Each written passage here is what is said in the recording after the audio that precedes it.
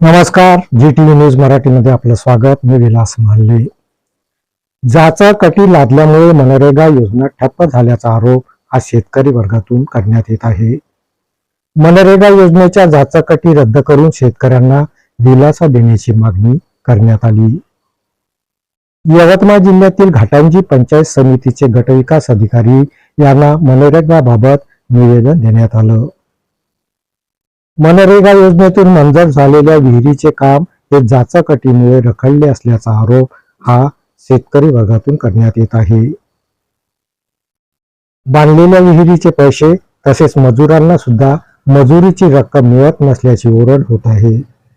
Face आयडीच्या नियमात बदल केल्यामुळे शेतकऱ्यांना या योजनेपासूनच मुकावे लागणार असल्याची भीती शेतकरी वर्गातून व्यक्त करण्यात आली आहे. मनरेगा योजना ही केवळ दिखावा म्हणून सरकारने सुरू केली आहे का, असा संतप्त सवाल यावेळी शेतकऱ्यांकडून उपस्थित करण्यात आला.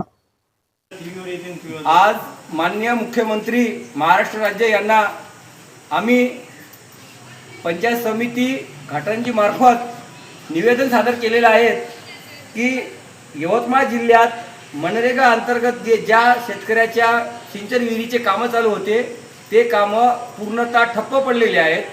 मनरेगा योजनामधून माननीय मुख्यमंत्री साहेबांनी मागेल त्याला विहीर आणि शेततळे देण्याचे आश्वासन केले होते आणि हा आकडा इतका फुगवटा झाला की फक्त नावापुरता ही योजना झालेली आहेत. शेतकऱ्याचे कामं अर्धवट आहेत.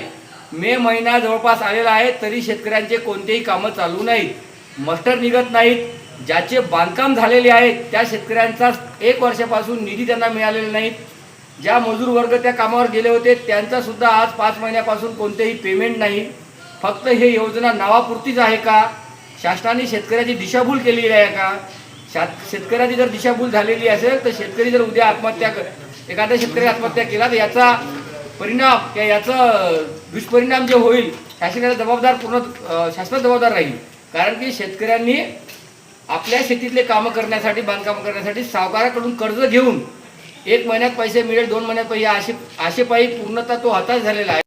या बातमीपत्रात इथेच थांबतो. परत भेटूया नवीन बातमीपत्रात. तोपर्यंत पाहत राहा जी टीव्ही न्यूज मराठी. नमस्कार.